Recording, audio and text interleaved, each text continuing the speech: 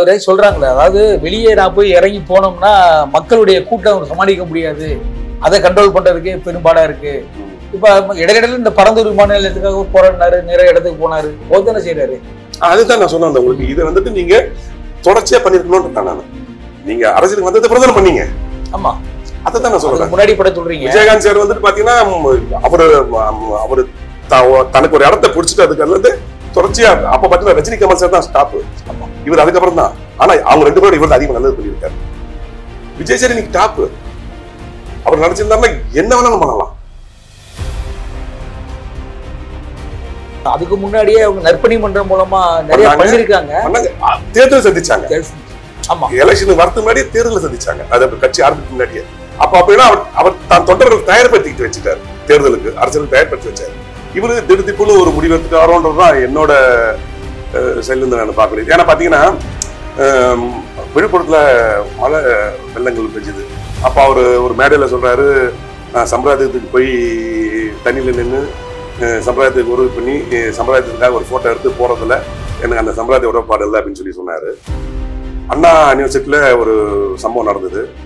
ஆளுநர்கிட்ட போயிட்டு மனு கொடுக்குறாரு. அது சம்பிரதாயத்துக்கு பண்ணது தானே. ஏன்னா ஆளுநர்கிட்ட மனு கொடுத்தா ஒண்ணு நடக்காது. அவர் அதன் பேர்ல அவர்கிட்ட போய் சிஎம்க்கு தானே அவர் பரிந்துரை பண்ணாரு. அப்போ ஒண்ணுமே நடக்காது. அப்ப அது சம்பிரதாயத்துக்கு பண்ணது தானே. அப்போ இது அவர் யாரு பின்னாடி இயக்கி தப்பா பண்றாங்களோ.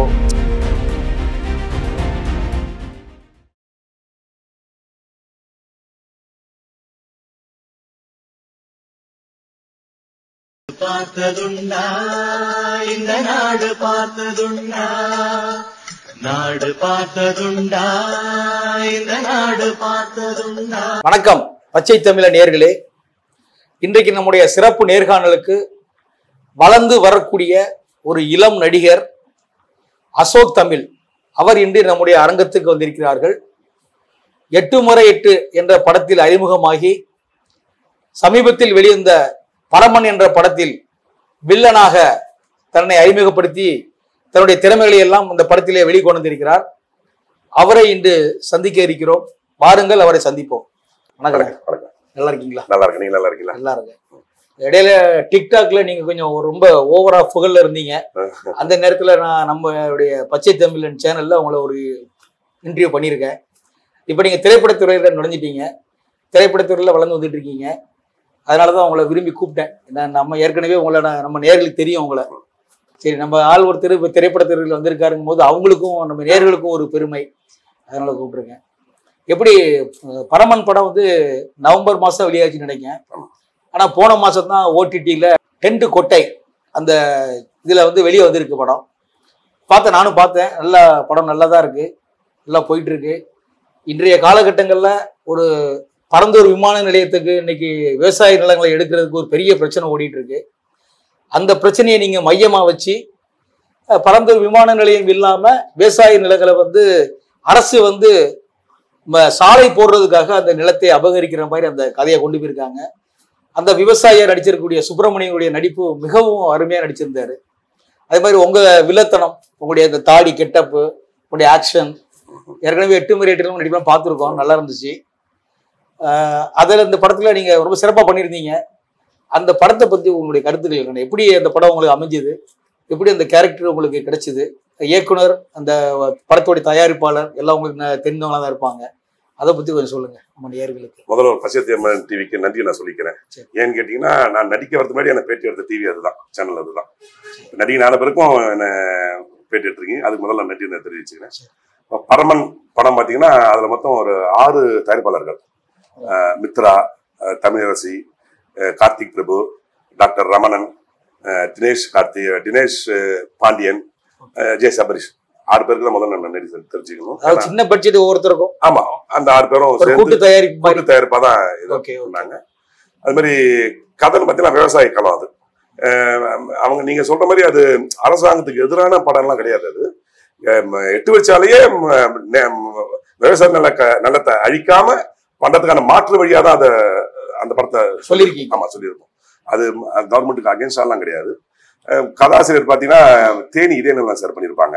அவங்கதான் கதை, திரைக்கதை, வசனம் அந்த படத்துக்கு. முதல்ல அவருக்கு நான் நன்றி சொல்லிக்கிறேன். நான் அப்புறம் அவர் கதையில இன்னொரு முதல்ல ஒரு ட்விஸ்ட் சொல்லியிருப்பாரு. அதாவது அதுவும் இப்ப நடக்கக்கூடிய ஒரு சம்பவம் தான். அதாவது ஒரு ஒரு ஏழைப்பட்ட விவசாயி அவருடைய நிலத்தை வந்து அந்த ஊர்ல இருக்கிற பெரிய ஜமீன்தார் போன்றவங்க எல்லாம் வந்து இந்த நிலத்தை அபகரிக்கிறதுக்கு, அதாவது பொய்யான ஒரு டாக்குமெண்ட்டை கொண்டு வந்து அதை முதல்ல அவர்ல இருந்து அந்த நிலத்தை பிடுங்க பாக்குறாங்க. ஆனா அவரு கோர்ட்டுக்கு போறாரு, கோர்ட்டுக்கு போய் வாதாடி அந்த நிலம் அவருக்கு கிடைச்சிருது. அப்ப கிடைக்கும்போது அவருடைய மகிழ்ச்சி ரொம்ப அளப்பரியதா இருக்கும். அதுக்கப்புறம் இது ரெண்டாவதா அரசாங்கம் சொல்லுங்க அந்த மாதிரி இதுதான். அவர் இதே நிலம் சார் தான் அதுக்கு திரைக்கதை வாசல் எழுதினாங்க. இயக்குனர் வந்து பாத்தீங்கன்னா கால்ஸ்னு இருக்குன்னு ஒரு படம் பண்ணியிருக்காங்க. அது கொஞ்சம் பெருசா பேசப்பட்டது அந்த படம். அந்த படத்தோட இயக்குனர் தான் அந்த படத்தை இயக்குனாங்க. நானு ஆரம்பத்திலிருந்தே நானு அவரு கார்த்திக் பிரபுன்னு சொல்லி நடிகர் கார்த்திக் பிரபு அவங்க எல்லாம் நாங்க 4 பேர் சேர்ந்து தான் இதுக்கு திட்டமிட்டோம். ஏற்கனவே முதல்ல ஒரு ப்ரொடியூசர் அதை தயாரிக்கதான் இருந்தாங்க.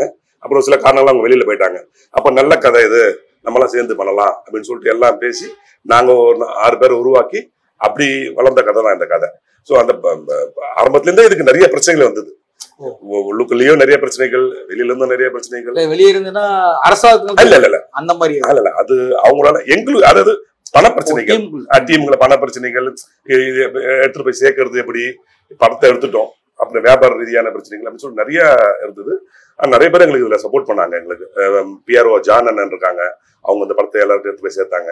அது மாதிரி ஆக்ஷன் ரியாக்ஷன் ஜெனிஸ் இருக்காங்க, அவங்க தான் அந்த படத்தை வெளியிடுறதுக்கு எங்களுக்கு உறுதுணையா இருந்தாங்க. அது மாதிரி 10 to கொட்டான்ற ஓடிடி தளத்துக்கு வந்துட்டு அருணும் சுப்ரியா மேடம் தான் எங்களுக்கு ரொம்ப சப்போர்ட் பண்ணி இதை எடுத்து வந்து ஓடிடில சேர்த்தாங்க. இன்னைக்கு இந்த ஓடிடில நிறைய பேர் பார்த்துட்டு இந்த படம் ரொம்ப நல்லா இருக்கு அப்படின்னு சொல்லிட்டு நிறைய பேர் எங்களுக்கு பாராட்டு தெரிவிச்சாங்க. இதுல விமர்சனமும் நிறைய யூடியூப்ல போட்டிருந்தாங்க, அதையும் பார்த்தோம். பிளஸ் மைனஸ் ரெண்டுமே இருக்கு. ஆமா ஆமா, ஒரு சில இடங்கள்ல மைனஸ் இருக்குதானே, சில படங்கள்ல ரெண்டுமே இருக்கு. பாகுபலி குறை சொல்லி தானே இருக்காங்க.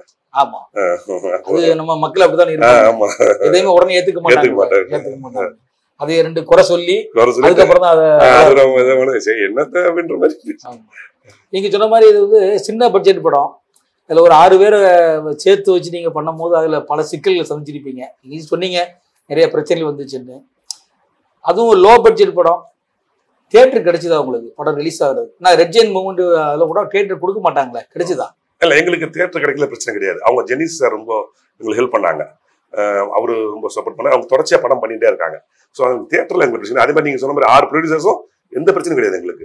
அவங்க எல்லாமே அதை நான் தான் தயார் பண்ணிடுவாங்க. பார்த்தேன் அந்த படத்துக்கு அவங்களுக்கு எனக்கு முழு சுதந்திரம் கொடுத்துட்டாங்க. நடிப்பு பிளஸ் தயார் பண்ணிடுவாங்க. பார்த்தோம் எனக்கு முழு சுதந்திரம் கொடுத்தாங்க. அதுல நீங்க என்ன பண்ணுங்க. அது மாதிரி இதே சார் வந்துட்டு அவர் தான் கதாசிரியர். ஒரு சில விஷயங்களை சொல்லும்போது அவர் ஏத்துப்பாரு, அதை ஏத்துக்கிட்டு ஓகே இது நம்ம பண்ணிக்கலாமே, அந்த ஈகோலாம் பார்க்க மாட்டாங்க. அதை இயக்குனர் வந்து ஏற்கனவே நான் ஒரு படம் பண்ணிட்டேன், அதால இவங்களாம் என்ன சொல்லுதுன்னு அந்த மாதிரி ஈகோ இருக்காது. அவரும் பாப்பாரு. அது கார்த்திக் பிரபு வந்து நிறைய படம் பண்ணியிருக்காரு. அவரு ஏற்கனவே 3 படத்துல வில்லனா நடிச்சிருக்காரு. பாத்தீங்களா, அவரு ஏற்கனவே 3 படம் நடிச்சிருக்காரு. அவரு கூட நான் அதெல்லாம் சொன்னா கூட தம்பி அக்செப்ட் பண்ணிப்பாங்க. அந்த யாருக்கிட்ட அந்த பந்தா இல்லாம ஈகோ இல்லாம ஷூட்டிங்கை நாங்க 17 நாள் தான் ஷூட்டிங் பண்ணோம். மொத்தமே 17 நாள் அந்த படத்தை முடிச்சிட்டோம். 4 நாள் பேட்ச் ஒர்க் பண்ணோம். ஸோ 24 நாள் இந்த படத்துக்கு நாங்கள் எடுத்த டைம். போஸ்ட் ப்ரொடக்ஷன் மட்டும் எங்களுக்கு கொஞ்சம் டிலே ஆயிடுச்சு. அது சில காரணங்கள்லாம் இருக்கு. ஷூட்டிங் நாங்கள் 21 நாள் முடிச்சிட்டோம். பெரிய விஷயம் தான். அப்போ என்னன்னா அங்க எல்லாரோட சப்போர்ட், ஆர்ட் டைரக்டர் சுதாகரன். இல்ல, அதுக்கு காரணம் என்னன்னா சின்ன பட்ஜெட் படம், எல்லாருமே புதுசா வர்ற நடிகர்கள் எல்லாருமே தன்னுடைய திறமைகளை வெளிக்காட்டி கொண்டு வரணும்னு ஆசைப்படுறாம, நீங்கள் உட்படதான். சரிங்களா? அப்படி வரும்போது எல்லாருமே தன்னுடைய திறமைகளை வெளிப்படுறது எப்படியா இந்த படத்துல நம்ம ஒரு பெரிய நடிகரா வரணும் அந்த எண்ணத்தோட எல்லாரும் வருவாங்க. அதுல பிரச்சனைக்கு வர வாய்ப்பு இருக்காது இல்லையா? சின்ன படத்துல பிரச்சனைகள் வரத்துக்கு வாய்ப்புகளும் இருக்குது. ஆமா, இவங்க என்ன இவங்க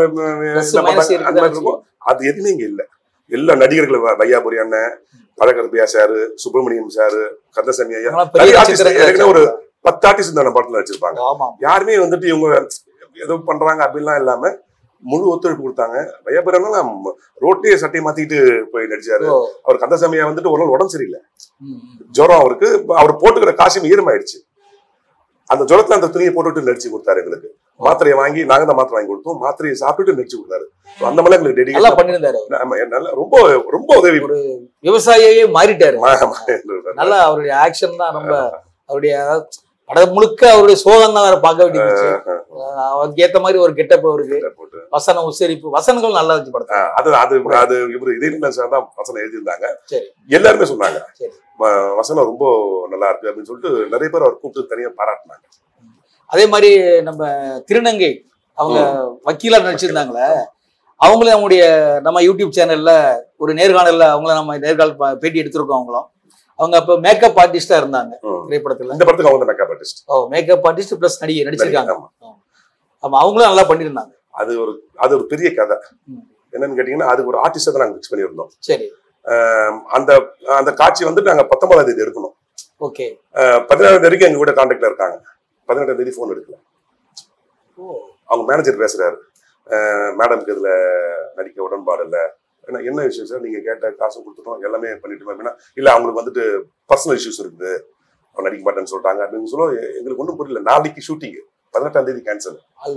அப்போ நாங்க என்ன பண்றது ஒன்றும் புரியல. அப்போ இயக்குனர், கதாசிரியர் எல்லாம் நாங்களாம் டிஸ்கஸ் பண்ண சொல்லும். அப்போ ஏதாச்சும் வேணா ஒரு டிஃப்ரெண்டா கையில ட்ரை பண்ணி பார்க்கலாமா அப்படின்னா, சூப்பர் சார் நல்லா இருக்கு பொண்ணுமே அப்படின்னா, அப்புறம் கையில கூப்பிட்டு கையில் நீ நடிக்கிறேன் அப்படின்னா, நீங்க சொன்னா நான் நடிக்கிறேன், பட் ஆனா எனக்கு நடிப்புலாம் வராது அப்படின்னு. ஏற்கனவே அவங்க என் கூட ஒரு படம் ஒர்க் பண்ணியிருக்காங்க, அது ஒரு சின்ன ஆட் பண்ணிருப்பாங்க. இல்ல அவங்க டைரக்டரும் கதாசிரியரும் உங்களுக்கு சொல்லி தருவாங்க, அதை மட்டும் நீ பண்ணா போதும் அப்படின்னு சொல்லி அவங்கள அப்படி போட்டதுதான் அந்த கேரக்டர். அதுக்கு ஆர்டிஸ்ட் தான் நாங்க போட்டுருந்தோம். அவங்க கடைசி நேரத்துல எங்களை உதாசீனப்படுத்திட்டாங்க. இந்த மாதிரி பிரச்சனைகள்லாம் நிறைய பிரச்சனைகள். அப்படி ஆர்ட் டைரக்டர்லாம் பாத்தீங்கன்னா நைட் 3 மணி வரைக்கும் வேலை செஞ்சிருந்தாங்க. நைட் 3 மணி வரைக்கும். அங்க பாத்தீங்கன்னா தேனியில பாத்தீங்கன்னா உங்களுக்கு பகல்லாம் வெயிலா இருக்கும், நைட் எல்லாம் குளிரா இருக்கும். ஷூட்டிங் கூட தேனி தான். தேனி ஃபுல்லா தேனி மாவட்டம் தான். அதை சுத்தி தான் எடுத்தோம் நாங்க. நைட் 3 மணிக்கெல்லாம் வேலை செஞ்சுட்டு ஒரு கொட்டா ஒன்று போடணும். நைட் 3 வரைக்கும் போட்டுருந்தாங்க. அப்ப காலைல விட்டு நான் கேட்பேன், என்னன்னா சார் இங்க எல்லாம் பாம்பு போச்சு சார் அப்படின்னு. அது கேட்கும்போது நமக்கு ஆமா, நமக்கு ஒரு 100 பேய் அங்க இருக்குன்னா போய் பாத்துட்டு வந்துருவேன். பாம்புனா அந்த பக்கமே போக மாட்டேன். நமக்கு அப்படி ஒரு இது பேய் என்ன பாத்துருவீங்க? ஆமா, 100 பேய் இருக்குன்னா எப்படிதான் இருக்கு போய் பாத்துட்டு வந்துருவேன். பாம்பு இருக்குன்னா அது பக்கம் கூட போக மாட்டேன். படையும் அப்படின்னு சொல்லிட்டு அந்த பக்கம். அப்போ அவர் சொல்லுவாங்க, இங்க சார் அப்படி நாங்க நடக்கும்போது அப்படிதான் நடக்கும். அந்த மாதிரிலாம் நிறைய இடர்பாடுகள் ஸ்பாட் வந்தது. மழை ஒரு நாள் குறுக்கிட்டு ஒரு நாள் ஃபுல்லா இதுவாச்சு. நிறைய விஷயங்கள் அதையே மீறி நாங்க படத்தை எடுத்து வெளியெடுத்து. ஆனா இன்னைக்கு வந்து சின்ன பட்ஜெட் படங்கள் ஒரு 100க்கும் மேற்பட்ட படங்கள் வந்து எடுத்து முடிச்சு வெளியே வராம தியேட்டர் கிடைக்காம ரொம்ப சிரமத்துக்கு ஆளாய்பட்டு இருக்காங்க. அதுக்கு மெயின் ரீசன் வந்து ரெட் ஜெயின் அவங்க வந்து யாருக்கும் கொடுக்கறது இல்லை. அவங்க அந்த படத்தை பார்த்து நல்லா இருந்தா வாங்கிடுவாங்க, வாங்கி கொடுத்தா தியேட்டரு, இல்லைன்னா கிடையாது. அவங்களுக்கு இந்த ஓடிடி வந்து கொஞ்சம் கை கொடுக்கு இல்லையா? அந்த மாதிரி நீங்களும் சிக்கல அனுபவிச்சு வந்திருக்கீங்க. இன்னொன்னு என்னன்னா, படத்துல இசையும் நல்லா இருந்துச்சு, மியூசிக் நல்லா இருந்துச்சு. ஆனா நடிகர்கள் பெரிய நடிகர் இருந்தாலும் நம்ம பழக்கருப்பியா சார்ல அவங்க பயங்கரமான பிஸியா இருக்க ஷெட்யூல்ல அவங்களும் ஒரு டைம் கொடுத்து உங்களுக்கு நல்லா பண்ணியிருக்காங்க. அவங்களுடைய மூவ்மெண்ட்ஸ் எல்லாம் எப்படி இருந்துச்சு? ஆமா, அவர் நல்ல டைப் தான். அவங்க நல்லா அவங்களும் சின்ன பசங்க சொல்லிட்டு உதாசீனப்படுத்தாம நம்ம சொன்னதெல்லாம் செஞ்சாங்க. கொஞ்சம் நேரம் நம்ம காலத்தினால அவர் டக்குன்னு முடிச்சு அனுப்ப வேண்டிய சூழ்நிலை ஆயிடுச்சு. அது மியூசிக் பத்தி சொன்னீங்க. இந்த படத்துக்கு மிகப்பெரிய பலமே மியூசிக் தான். எல்லாருமே சொன்னது வசனமும் இசையும் தான் படத்துல சிறப்பா இருக்கு. இதுக்கு நீங்க மெனக்கட்டிருக்கீங்க அப்படின்னா அது உண்மையே அவர் இசை உங்களை தமிழ் மன்சாரிக்கு தான் நாங்க நன்றி சொல்லி ஆகணும். அவரு நானும் அவர் இயக்குனர் 3 பேரும் தான் டிராவலே இருப்போம். நைட்டு 12 மணி ஆனாலும் 1 மணி ஆனாலும் உட்காந்து பேசிக்கிட்டு, அவரு சின்ன படம், நமக்கு பட்ஜெட் போதுமான பட்ஜெட் இல்லை அப்படின்லாம் அவர் நினைக்கவே இல்லை. ஒரு பெரிய படத்துக்கு என்ன தர முடியுமோ அதை அவர் கொடுத்தாரு. அதே மாதிரி பார்த்தீங்கன்னா பாடல்கள்லாம் பார்த்தீங்கன்னா முகேஷ் சார் பாடியிருப்பாங்க, வேல்முருகன் சார் பாடியிருப்பாங்க. எல்லாமே ஒருக்கு நாங்க இது சின்ன படம்லாம் கிடையாது, நல்ல பெரிய படமா தான் நாங்க எடுத்தோம். பெரிய படத்துல சின்ன படம் அவ்வளவுதான். நல்லா இருந்துச்சு, எல்லாருடைய நடிப்பு நல்லா இருந்துச்சு. குறிப்பா உங்களுடைய அந்த வில்லத்தனம் கேரக்டர் வந்து நல்லா இருந்துச்சு. ஸ்டண்ட் அடிக்கிறது, அந்த முக பாவனை, அந்த கோபத்தை காட்டுறது, ஆக்ஷனு. அது பார்த்தீங்கன்னா அந்த ஸ்பாட்லயே நாங்க வந்துட்டு அந்த ஃபைட்டை பண்ணது கார்த்திக் பிரபு தம்பி தான், அவர் தான் பண்ணாங்க. அவர் தான் கோரியோகிராஃப் பண்ணாங்க அந்த ஃபைட்டுக்கு. ஸோ ஃபைட் மாஸ்டர் எங்களால் அந்த டைம்ல ஃபைட் மாஸ்டர் வந்து சேரல. ஸோ இப்போ நமக்குள்ள எப்படிலாம் சொல்லிட்டு அவர் பண்ணி எடுத்த காட்சி 3 மணி நேரத்தில் எடுத்தோம் அந்த ஃபைட். சரக்கு அடிக்கிறது உட்காந்துட்டு எப்படி இருக்குங்கிறத நேச்சுரலா இருக்கும், கிராமத்துல எப்படி இருக்குமோ அந்த அட்மாஸ்பியரை நல்லா கொண்டு வந்து நல்லா காமிச்சிருந்தாங்க. இதுக்கு அப்புறம் அடுத்தது உங்களுடைய அடுத்த கட்டம் நடவடிக்கை எப்படி போயிட்டு இருக்கு? அடுத்த படம் எதுவும் புக் ஆகிருக்கா? சைக்கிள் வண்டின்னு சொல்லி ஒரு படம் நீங்க சங்கர்லிங்கத்தின் சைக்கிள் வண்டின்னு சொல்லிட்டு. சைக்கிள் வண்டி, சங்கர்லிங்கத்தின் சைக்கிள் வண்டி, சங்கர்லிங்கத்தின் சைக்கிள் வண்டி. பிரச்சனை தான் கதாநாயகன் நடிச்சிருக்காங்க. ஒத்த ஓட்டு முத்தையா மாதிரி சங்கர்லிங்கத்தின் சைக்கிள் வண்டி. இயக்குனர் பார்த்தீங்கன்னா பிரான்சிஸ் தான் பண்ணியிருக்காங்க. ரொம்ப அருமையான படம் அது. சைக்கிளுக்கும் பைக்குக்கும் சண்டை, இதான் கண்டென்ட். 2 பேருக்கும் சண்டை. அது ரொம்ப அழகா கவிநயத்தோட காதலோட ரொம்ப அருமையா பண்ணியிருப்பாங்க. பிரான்சிஸ் தான் பண்ணியிருக்காங்க. அவர் இப்ப அடுத்த படம் பண்றாரு, அதை என்ன வில்லனா கமிட் பண்ணியிருக்காங்க. அப்புறம் நட்டி சார் கூட ஒரு படம் பண்ணியிருக்காங்க. தொடர்ந்து என்ன வில்லனாவே வருது உங்களுக்கு? அந்த கெட்டப் அப்படி இருக்கு. நம்ம மூஞ்சில தான் வரும். அதான் செட் ஆகும். அதுதான் நமக்கு. ஒரு நாள் சத்யராஜ் அப்படித்தான் உருவாகி வந்தாரு. அவரோட கேடர் வேற. அப்படி இல்ல, தீபக் நடிகர் எல்லாம் சின்ன சின்ன கேட்டர் தான் முடிச்சு வந்திருக்காங்க. உங்களுக்கு ஒரு படிக்கட்டு அவ்வளவுதானே. நமக்கு வில்லன் மேலதான் ஈடுபாடு அதிகம். சரி, அதனால அது ஒண்ணும் தப்பா தெரியல. சரி, அதை நோக்கிதான் நம்மளும் பயணிக்கிறோம். தப்புன்னு சொல்லல, அது ஒரு விதமான என்னோட பயணம் அதை நோக்கிதான் இருக்கு. அதனால அது ரொம்ப விரும்பிதான் நம்ம பண்றோம். அவர் மூலியமா ஒரு படம் இப்ப கமிட் ஆயிருக்கு. அடுத்தது நட்டி சார் கூட ஒரு படம் பண்ணியிருக்கேன். அது அடுத்த மாசம் ரிலீஸ் மாதிரி சொல்லியிருக்காங்க. அதுவும் சொல்ற மாதிரி எனக்கு கேரக்டர் தொடர்ச்சியா அப்படியே போயிட்டு இருக்கு. சரி சரி, பரவாயில்ல. நீங்க எனக்கு தெரிஞ்சு நீங்க வந்து சின்ன ஏற்கனவே சொல்லும் போது சொல்லியிருக்கீங்க, நான் சின்ன வயசுல இருக்கும் போதே திரைப்படத்துறையில 25 வருஷம் போராட்டம். 25 வருஷமா போராடி இன்னைக்குதான் திரையில வந்திருக்கேன். ஓ அப்பா, 25 வருஷம் போராட்டத்துக்கு அப்புறம் எப்படி காக்காக்கால ஒரு சின்ன கேரக்டர் பண்ணிருப்பேன். அதுல நிறைய சீன் எடுத்து ஒரே ஒரு ஷார்ட் மட்டும் வச்சிருக்காங்க. அது மகளிருக்காகன்னு சொல்லிட்டு குஷ்பு மேடம் நடிச்சிருந்தாங்க. அதுல ஒரு காட்சி பண்ணிருப்பேன் நானு. அதுக்கப்புறம் குலவிளக்குன்னு ஒரு சீரியல் நடிச்சிருக்கேன். மாளிகைங்கிற ஒரு சீரியல் நடிச்சிருக்கேன். சின்னதா பண்ணிருந்தேன். இப்போ நான் சொல்ற மாதிரி பண்ணது படமன் படம். இப்போ சண்டை தலைவர் ஒன்று படம் பண்ணியிருக்கேன். அதுல ஒரு முக்கியமான கேரக்டர் பண்ணிருக்கேன். அது ரிலீஸ் ஆனாலும் எனக்கு ஒரு நல்ல நேம் கிடைக்கும். இல்ல, அதுக்கு இந்த சின்ன சின்ன வேடங்களுக்கே உங்களுக்கு 25 வருஷம் தன்னுடைய போராடி இருக்கீங்களே. அப்போ உங்களை மாதிரி எத்தனை இளம் நடிகர்கள் எவ்வளவு பேர் இருக்காங்க? நிறைய பேர் இருக்காங்க, போராடிதான் இருக்காங்க இன்னமும். இதெல்லாம் சரி, வேற வெட்டி போகாம படிக்காம இதுலயே கிடக்கும் போது வீட்டுல எதுவும் சொல்ல மாட்டாங்களா? என்னடா சினிமான்னு அலையிறீங்க, வேற வேலையை பார்க்க கூடாதா, ஏன் இந்த வேலையை போட்டு பண்ணிட்டு இருக்க, இவ்வளவு கேட்க மாட்டாங்களா? இது நான் இந்த படமாடல நடிச்சதுக்கு முதல்ல என் வீட்டுக்கு தான் நான் நன்றி சொல்லணும். என் அம்மா அப்பாவுக்கு நன்றி சொல்லணும், என் மனைவிக்கு நன்றி சொல்லணும், என் பிள்ளைகளுக்கு நன்றி சொல்லணும். ஏன்னு கேட்டீங்கன்னா, நீ குடும்பத்தை பார்க்காம போய் ஊர் சுற்றுன்னு சொல்லி கேட்காம பரவாயில்ல நீ போயிட்டு வா அப்படின்னு சொன்னதே எனக்கு ஒரு பெரிய சப்போர்ட்டு தானுங்களே. அது நான் எல்லாமே இந்த வயசுல வந்துட்டு பிள்ளைகளை பார்க்கணும் அப்படின்னு சொல்லி ஒரு வேலையை நோக்கி தான் போவாங்க.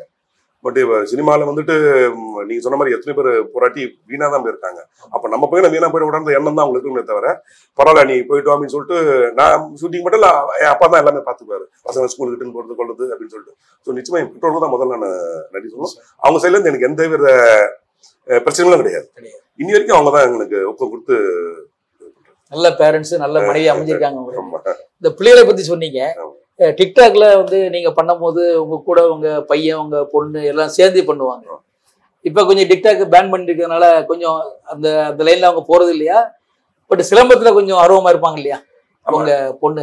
இப்ப என் பொண்ணு நான் சிலம்பத்துக்கு அனுப்புறது இல்லை. இப்ப அவங்க 10th நோக்கி போயிட்டு இருக்காங்க. படிப்பு அதெல்லாம் சரி, அதுல அவங்கள நான் டிஸ்டர்ப் பண்ணல. என் பையன் சிலம்பத்துக்கு போயிட்டு தான் இருக்கான். அவனுக்கு அப்பத்துல இருந்தே இந்த டிக்டாக்ல விருப்பம் கிடையாது. நான் பாத்திருக்கேன், பொண்ணுக்கு இருக்க இன்ட்ரெஸ்ட் பையன் இருக்காது. ஆமா, அவனை நான் வலுக்கட்டாயப்பட்டு தான் இருப்பேன். அதுல அவன் வராததுக்கு ஒரு சில ரீசன் இருக்கு. பொண்ணுக்கு விருப்பம் இருக்கு, பட் இப்போ நாங்க பண்றது இல்ல. நம்ம சினிமாக்காக தான் இதை பண்ணது, அதெல்லாம் இப்ப வந்துருச்சு. இன்னும் இப்ப டிக்டாக் தான் ரீல்ஸ் இந்த உருவத்துல வந்துட்டு இருக்குங்களே. இன்னைக்கு ரீல்ஸ் வேற ரூபத்துல போயிட்டு ரீல்ஸா மாறி பல குடும்பத்தை நாசம் பண்ணிட்டு தானே போயிட்டு இருக்கு. அது அதை பார்த்தா இன்னைக்கு பெண்கள் பாடுற ஆட்டங்கள் என்ன, உடைகள் என்ன இல்ல, அதை நம்ம சொன்னோம் அப்படின்னா ஆண் அடிமைன்னுவாங்க. அது என்ன சொல்றது, பெண் அடிமைன்னுவாங்க. ஒரு சில விஷயங்கள் சொல்லுவாங்க, பெண்மை அடிமையா வைக்கிறதுக்காக பாருங்க, நாங்க பண்ணக்கூடாதான்னுவாங்க. அது அவங்க அதுக்காக கூச முடியாது. எல்லாமே போயிட்டு இருக்கு. எல்லாமே ஒண்ணும் இல்ல. நீங்க ஒரு கணவன் மனைவி டிக்டாக் பாத்துங்க, நான் பார்த்தேன். நானு அந்த பெண்மணி வந்து மாஸ்க் போட்டு தான் பண்ணுவாங்க. அந்த நான் தொடர்ச்சி நான் சில விஷயம் பார்த்தேன். கமெண்ட்ஸ்ல போய் பாத்தீங்கன்னா அவ்வளவு அநியாயமா கமெண்ட் பண்ணி வச்சிருக்காங்க. உண்மையிலே அவங்க பெற்றோர்கள் இதை கண்டிப்பாங்களா, அவன் கணவன் இதை ஏற்றுட்டு தான் உண்மையிலே பண்றாங்களா தெரியல. அந்த பெண்ணை அவ்வளவு கேவலப்படுத்தி பண்ணியிருப்பாங்க. அந்த உண்மையிலேயே அந்த பெண்ணு ஏன் இப்படி எல்லாத்துக்கும் இது பண்ணிட்டு போறாங்கன்னு தெரியல.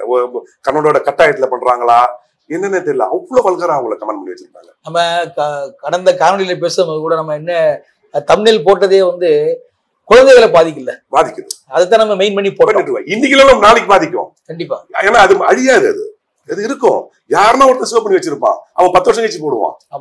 அப்ப உங்களோட அன்னைக்கு நீங்க யோசிக்கலாம், சரி நம்ம தப்பு பண்ணிட்டோம் யோசிக்கலாம், அந்த தப்பை ஞாபகப்படுத்துவான் அவன் கண்டிப்பா போட்டு. அப்ப உங்க பிள்ளைங்க பாதிக்கும். அதை யோசிக்கிறதே கிடையாது. அந்த டைம் லைட்ஸ் வேணும். அந்த டைமுக்கு நீங்க அது இன்னொன்னு பாத்தீங்கன்னா அவங்களுக்கு என்னன்னா, நீ என்னடா என்ன தப்பா கமெண்ட் பண்ற, நான் பண்ணுவேன்டா வீரப்பல பண்றதுலாம் அதுதான் எல்லாம் மீறி போயிட்டு இருக்கு. அப்போ நம்மளோட சுமாரா பண்றவங்களோட லைக்ஸ் நிறைய போகுது, நமக்கு ஏன் லைக்ஸ், அப்ப நம்ம ஆடையை கொஞ்சம் குறைச்சிப்போம், அப்போ நமக்கு லைக்ஸ் இன்னும் கொஞ்சம் கூடும். அந்த மாதிரி பண்றவங்க நிறைய பேர் இருக்காங்க. அதெல்லாம் எதை நோக்கி போகும்னு தெரியல. அதுக்கு அரசாங்கம் ஒரு வரமுறை பண்ணா நல்லா இருக்கும். இல்ல இது கலாச்சாரமே நீங்க சொன்ன மாதிரி பெண்களுடைய கலாச்சாரம் சீரழிஞ்சு போச்சு. நம்ம கேட்டோம்னா ஆண் அதிகம்ன்றாங்க. இல்ல அதை பார்த்துட்டு இப்போ ஸ்கூல் பிள்ளைங்க கல்லூரி பிள்ளைங்க எல்லாருமே அதை பண்ண ஆரம்பிச்சு. ஸ்கூல் பசங்க தண்ணி அடிச்சுட்டு போறாங்க. தண்ணி அடிச்சுட்டு பெண் பிள்ளைகள் தண்ணி அடிச்சுட்டு பீர் குடிச்சிட்டு ரீல்ஸ் போடுறாங்க. பெத்தவங்க என்ன பாக்குறாங்க தெரியல, என்னன்னு தெரியல. இதுக்கு கண்டிப்பா அரசாங்கம் ஒரு வரைமுறை பண்ணணும். இல்ல அது எல்லாம் மீறி போயிடும். இன்னும் 5 வருஷம் கழிச்சு வேற மாதிரி ஆயிடும். கண்டிப்பா கண்டிப்பா அதுக்கு ஒரு முடிவு. நீங்க சொன்ன மாதிரி இந்த ரீல்ஸை திறந்தாலே ஒரே ஆபாசமா தான். எத்தனை பசங்க சமூக வலைத்தளம் பாக்குறாங்க, எத்தனை பிள்ளைங்க பாக்குறாங்க. அது எதை நோக்கி போகுது ஒண்ணுமே தெரியல. இது வந்து அரசாங்கம் தான் அதுக்கு ஏதாவது வழிபாடு பண்ணணும். கண்டிப்பா இதுக்கு ஒரு முடிவு எடுத்துவாங்க. இல்லைன்னா சமுதாயம் சீரழிஞ்சு போயிடும். ரீல்ஸ் தொடர்ந்துதான் அதெல்லாம் அதை ஒட்டி தான் அதெல்லாம் வருது. அதுல ஒரு நீங்க சொன்ன மாதிரி லைஃப் கிடைக்கிறோன்னா இதுக்கே லைஃப் கிடைக்கும் போது சினிமால வாய்ப்பு கிடைச்சா நமக்கு எப்படி இருக்கும், அங்க என்ன அவங்களுக்கு தானே வந்துடும். அதுக்கப்புறம் அவங்க உள்ள வரும்போது இந்த அட்ஜஸ்ட்மெண்ட் ஒண்ணு சொல்றாங்க, அதுக்கெல்லாம் ஈஸியா சம்மதிச்சுதான் வர்றாங்க. அதுதானே வரும். அதுதான் போயிட்டு இருக்கு காலங்கள். நமக்கு அது தெரியல. இப்ப சமீபத்துல நம்ம நடிகர் விஜய் தமிழக வெற்றி கழகம் அப்படின்னு ஒரு கட்சி ஆரம்பிச்சிருக்காரு. விக்ரவாண்டியில ஒரு மாநாடெல்லாம் போட்டாரு. இன்னைக்கு கட்சி வந்து அவர் கொஞ்சம் முன்னோக்கி கொண்டு போயிட்டு இருக்காரு. 2026 கண்டிப்பா ஆட்சியை பிடிப்போம், நான் தான் முதல்வருங்கிற மாதிரி அவங்க தொண்டர்கள்லாம் எல்லாமே தூக்கி பேசிட்டு இருக்காங்க. அவரும் மும்முரமா இன்னைக்கு ஒரு படத்துல நடிச்சிட்டு இருக்காரு. இடைப்பட்ட நேரங்கள்ல முழுமையா இருக்கிறாரு. விஜய் அரசியலுக்கு வந்திருக்காருல்ல, அவர் எப்படி வெற்றி பெறுவாரா, அவருடைய வளர்ச்சி எப்படி இருக்கும், நீங்க எப்படி பாக்குறீங்க? சினிமாக்கு பேட்டிக்கு விட்டு திடீர்னு அரசியல கேக்குறீங்க. சரி பரவாயில்ல, இது சினிமா விட்டுன உங்க ஃபீல்ட்ல இருக்கிறாங்க. அதனால அவரு ஒரு உச்சத்துல நடிகாரு, அத தூக்கி போட்டுட்டு அரசியலுக்கு வராருன்றது சாதாரண விஷயமே கிடையாது. அது மிகப்பெரிய விஷயம். அது விஜய் செஞ்சிருக்கிறது ரொம்ப ஆச்சரியமான விஷயம் அது. ஆனா என்னன்னா அவர் அவசரப்பட்டுட்டாரோன்னு தான் என்னோட தனிப்பட்ட கருத்து. ஏன் அப்படின்னு கேட்டீங்கன்னா, விஜயகாந்த் சார் அரசியலுக்கு வந்தாங்க, 2004 அரசியலுக்கு வந்தாங்க. ஆனா பாத்தீங்கன்னா அவர் அதுக்கு முன்னாடியே நிறைய நல்லது பண்ணிருப்பாங்க. நீங்க இன்னைக்கு கூட எந்த ஊர்ல போய் யாராவது கேட்டு யாரோ ஒருத்தர் விஜயகாந்தால சில பலன் அனுபவிச்சு போயிருப்பாங்க. யாரோ ஒருத்தர் ஏதோ ஒரு குக்கிராமத்தை கூட இருக்கும், அது அவரெல்லாம் நல்லது அனுபவிச்சுன்னு சொல்லியிருப்பாங்க. அப்ப அவர் என்னன்னா அவருக்கு அவ்வளவு தேவைப்பட்டது. அவரு நான் 92 அவர் வீட்டுக்கு நான் போயிட்டு காலை உணவு சாப்பிட்டுருக்கேன். அவரை பார்க்க வரவங்களுக்குலாம் காலை உணவு கொடுத்துருவாங்க, இட்லி பொங்கல் வடையோட. நான் சொல்றது 92. ஆனா அவர் அரசியல் ஆரம்பிச்சு 2004. சோ அவரு தொடர்ச்சியா நல்லது பண்ணிட்டு வந்திருக்காரு. அதே மாதிரி பாத்தீங்கன்னா காவேரி தெருவுல ஒரு மருத்துவமனை இருக்கும், அவரோட மருத்துவமனை இலவசம். நீங்க போய் அங்க போனீங்கன்னா இலவசம், மாத்திரை இலவசம், எல்லாமே இலவசம் பண்ணாரு. சோ அவரு நல்லது பண்ணிட்டு அரசியலுக்கு வந்தாரு. இவர் அதை பின்பற்றி இருந்திருக்கலாம், அவசரப்பட்டு வராம. அதே மாதிரி பாத்தீங்கன்னா 2001 அவரோட கட்சி அவரு மன்றத்தை சார்ந்தவங்க உள்ளாட்சித்துறையில நிறைய பிரதிநிதிகள். ஆனா அதுக்கு முன்னாடியே அவங்க நற்பணி மன்றம் மூலமா நிறைய பண்ணிருக்காங்க. தேர்தல் சந்திச்சாங்க. எலெக்ஷனுக்கு வரதுக்கு முன்னாடியே தேர்தல் சந்திச்சாங்க, அது கட்சி ஆரம்பிக்கு முன்னாடியே. அப்படின்னா அவர் தான் தொண்டர்கள் தயார்படுத்திக்கிட்டு வச்சுட்டாரு, தேர்தலுக்கு அரசியலுக்கு தயார்படுத்தி வச்சாரு. இவரு திடுதிப்புன்னு ஒரு முடிவு எடுத்துட்டாரோன்றதுதான் என்னோட செயலிருந்து நான் பார்க்க முடியுது. ஏன்னா பாத்தீங்கன்னா விழுப்புரத்துல மழை வெள்ளங்கள் பெஞ்சுது. அப்ப அவரு ஒரு மேடையில சொல்றாரு, நான் சம்பிரதாயத்துக்கு போய் தண்ணியில நின்று சம்பிரதாயத்துக்கு உதவி பண்ணி சம்பிரதாயத்துக்காக ஒரு போட்டோ எடுத்து போறதுல எனக்கு அந்த சம்பிரதாய உடன்பாடு இல்லை அப்படின்னு சொன்னாரு. அண்ணா யூனிவர்சிட்டியில ஒரு சம்பவம் நடந்தது, ஆளுநர்கிட்ட போயிட்டு மனு கொடுக்குறாரு. அது சம்பிரதாயத்துக்கு பண்ணது தானே.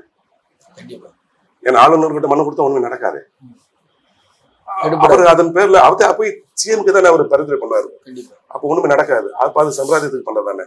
அப்போ இது அவர் யாரு பின்னாடி இயக்கி தப்பா பண்றாங்களோ அந்த மாதிரிதான். அவர் என்ன சொல்றாரு, நான் ஆட்சிக்கு வந்தால் பெண்களோட பாதுகாப்புக்கு உறுதியளிப்பதுறாரு. நீங்க சொல்லுங்க, இன்னைக்கு பாலியல் தொல்லை எந்த துறையில அதிகமா இருக்கு? ஒரு பத்திரிகையாளர் நீங்க சொல்லுங்க. எல்லா துறையிலும் இருக்கு. எந்த துறை அதிகமா இருக்கு? எனக்கு சொல்ல தெரியல. சினிமா துறையில தான். சினிமா துறையில அதிகமா இருக்கு. டிகிரிடியில் அங்கதான் நடக்குது பாலியல் துறை. பாலியல் சீரியல்கள் அங்கதான். எத்தனை நடிகைகள் பேட்டி கொடுத்தாங்க, நடிகைகள் எனக்கு இப்படி எல்லாம் 20 வருஷம் கழிச்சு பேட்டி தராங்க, எனக்கு இப்படி ஆச்சுன்னு. இன்னைக்கும் அது நிறைய அங்கதான் நடக்குது. இவர் அந்த துறையில இருந்தவர் தானே. இது வரைக்கும் அதை பத்தி அவர் பேசினதே கிடையாது. சினிமா துறையில அவர் நடிச்சிருந்தா நடிகர் சங்கத்துக்கு தலைவராகி இது ஒரு முடிவு பண்ணிருக்கலாம். நீங்க அரசியலுக்கு வந்து நீங்க பொதுமக்களுக்கு பாதுகாப்பு தரத்துக்கு பின்னாடியே சினிமா மக்களுக்கு பாதுகாப்பு கொடுத்துருக்கலாம்ல. அப்ப அங்க நீங்க அதை ஜெயிச்சுட்டு வந்திருந்தீங்கன்னா இங்க மக்கள் ஏத்துருப்பாங்களே. கண்டிப்பா உங்களோட கருத்தை ஏத்துரு. வேற விஜயகாந்த் சார் நடிகர் சங்க தலைவரா இருந்து கடன் அடிச்சாரு. அப்ப மக்களுக்கு என்னன்னா இவர் நடிகர் சங்க தலைவரா இருந்து நல்லது பண்ணாரு. அப்ப மக்கள் அரசியலுக்கு வந்தாலும் நல்லது பண்ணுவாருன்ற ஒரு நேம் இருந்தது. அப்ப விஜய் சார் அதை பண்ணியிருந்திருக்கலாம். அதுக்குதான் நான் சொன்னேன், அவசரப்பட்டு முடியாது. அவர் அரசியல் வந்து தப்பு இல்லை, அரசியல் ஏன்னா எல்லாருக்கும் அந்த அரசியல் ஆர்வம் இருக்கும், அது அவங்க உரிமை. சரியான டைம் இல்ல, சரியான டைம் இல்ல. அவரை தயார்படுத்தி இருந்திருக்கணும் முதல்ல. ஒன்னும் அவசரம் கிடையாது. 30 கூட வந்திருக்கலாம். மக்கள் தன்னோட ரசிகர்களை வந்துட்டு எலெக்ஷன்ல போட்டி போட வச்சு அவரோட பவர் என்னன்னு காமிச்சிட்டு வந்திருக்கலாம். அவரை தப்பா யாரோ ஏற்கிறாங்களோன்ற ஒரு தப்பா ஏற்கிறாங்கன்னா கூட புஷி இருந்திருக்காரு. அதுதான் அவரு ஜான் ஆரோக்கியசாமி இருக்காரு. அவர் இப்ப வந்தவர், இவர் கூட இருந்திருக்காரு. இவர் ஏற்கனவே அரசியல் இருந்தவர் தான். இவர் கொஞ்சம் அறிவு. இப்போ நீங்க ஒண்ணும் இல்லை, இப்ப விஜயகாந்த் சார் கட்சி ஆரம்பிச்சது பாத்தீங்கன்னா பண்டட்டு ராமச்சந்திரன் அவர் நோக்கி வந்தார். மிகப்பெரிய தலைவர், எம்ஜிஆர் கூட இருந்தவர். அவருக்கு பொதுச் செயலர் பதவி கொடுத்து அவர் கௌரவிச்சாங்க. இது வரைக்கும் இங்க ஒண்ணும் அந்த மாதிரி நடக்கல. இந்த அவர் கட்சி அமைச்சு 1 வருஷம் ஆயிடுச்சு. பாத்தீங்கன்னா அந்த தலைவர் நோக்கி வரல. அப்ப அவருக்குள்ள யாருக்கும் நம்பிக்கை இல்லையோ அந்த ஒரு இதுதானே வரும். காரணம் ஏன்னா அவரை ப்ரூவ் பண்ணல. இன்னும் ஒரு மக்களுக்கு நல்லது போய் செய்யல, எந்த ஒரு நல்ல விஷயத்துலயும் போய் அவர் பங்கெடுத்துக்கல, நல்லது கெட்டதுல அவர் கலந்துக்கல. அப்ப திடீர்னு நல்லது கெட்டது அவரே சொல்றாங்களே, அதாவது வெளியே நான் போய் இறங்கி போனோம்னா மக்களுடைய கூட்டம் சமாளிக்க முடியாது, அதை கண்ட்ரோல் பண்றதுக்கே பெரும்பாடா இருக்கு. இப்ப இடையில இந்த பரந்தூர் விமான நிலையத்துக்காக போராடினாரு, நிறைய இடத்துக்கு போனாரு, போதானே செய்யறாரு. அதுதான் நான் சொல்ல வந்தேன் உங்களுக்கு. இதை வந்துட்டு நீங்க தொடர்ச்சியா பண்ணிருக்கணும்னு நான் நீங்க அரசியலுக்கு வந்தது பிரதமர் பண்ணீங்க. ஆமா, அதான் நான் சொல்றேன். முன்னாடி பட சொல்றீங்க. விஜயகாந்த் சார் வந்துட்டு பாத்தீங்கன்னா அவரு தனக்கு ஒரு இடத்தை பிடிச்சிட்டு அதுக்கு வந்து தொடர்ச்சியா அப்ப பாத்தீங்கன்னா ரஜினி கமல் சார் தான் ஸ்டாப். இவர் அதுக்கப்புறம் தான். ஆனா அவங்க 2 பேரும் இவர் அதிகமா நல்லது பண்ணிருக்காரு. விஜய் சார் இன்னைக்கு டாப். அவர் நினைச்சிருந்தாருன்னா என்ன வேணாலும் பண்ணலாம். அவர் ரசிகர்கிட்ட சொன்னாலே என்ன வேணாலும் பண்ணி கொடுத்துருவாங்க. பட் அப்படியே அவசரகதியா அந்த ஒரு முடிவு எடுத்தாருன்றதுதான் என்னோட தனிப்பட்ட சிந்தனை. இல்ல கரெக்ட், நீங்க சொல்றது கரெக்ட் தான். இன்னைக்கு விஜயகாந்த் அவ்வளவு நல்லது செய்ய போய் தான் இன்னைக்கு பாத்தீங்கன்னா அவருடைய நினைவிடத்துல இன்னமும் காலையில போனீங்கன்னா அவர் சாப்பாடு போடுறாங்க. இன்னி வரைக்கும் இன்னும் நடந்துட்டு தான் இருக்கு. அப்புறம் உலகமே சொல்லுது. காலையில பாக்கலாம், ஒரு கூட்டம் வராங்க, சாப்பிட்டு போறாங்க, இவரை வயிறார வாழ்த்திட்டு போறாங்க. அது செஞ்ச நன்மைகள் தானே, அது நன்மைகள் தான். அதை இவரு பண்ணியிருந்தாருன்னா நல்லா இருந்திருக்கும். கொஞ்சம் அவசரப்படாம அரசியல் வரக்கூடாதுன்றது யாரோட இதுவும் கிடையாது. இவரு அதை பண்ணிட்டு வந்திருக்கும். யாரும் கேள்வி கேட்க மாட்டாங்களே உங்களை, நீங்க என்னங்க பண்ணி கேட்க மாட்டாங்களே. இன்னைக்கு எல்லாமே கேட்கறாங்க. அதுக்கு நீங்க காம்ப்ரமைஸ் பண்ணி தான் சொல்லணும் பதில். நீ யாரும் அந்த கேள்வி கேட்க மாட்டாங்களே. விஜயகாந்த் சார் அரசியல் வந்து யாருமே கேட்கலையே. அவர் வருவார் எதிர்பார்த்தாங்க. ஏன்னா அவர் நல்லது பண்ணதுனால வந்தார். இவர் நல்லது பண்ணுன்னு சொல்லிட்டு வர்றாரு. இதுதான் 2 பேருக்குள்ள ஒரு வித்தியாசம். சரி பாப்போம், 2026 வருதுல தேர்தல் நிக்கிறாங்கிறாரு. மக்கள் அவருக்கு என்ன வரவேற்பு கொடுக்குறாங்க, நல்ல விஷயம் தான். எப்படி இருக்குன்னு நம்ம பொறுத்திருந்து பார்ப்போம். நல்லது நடந்தா எல்லாருக்கும் நல்லதுதான். சரிண்ணா, ரொம்ப நன்றி. நன்றி.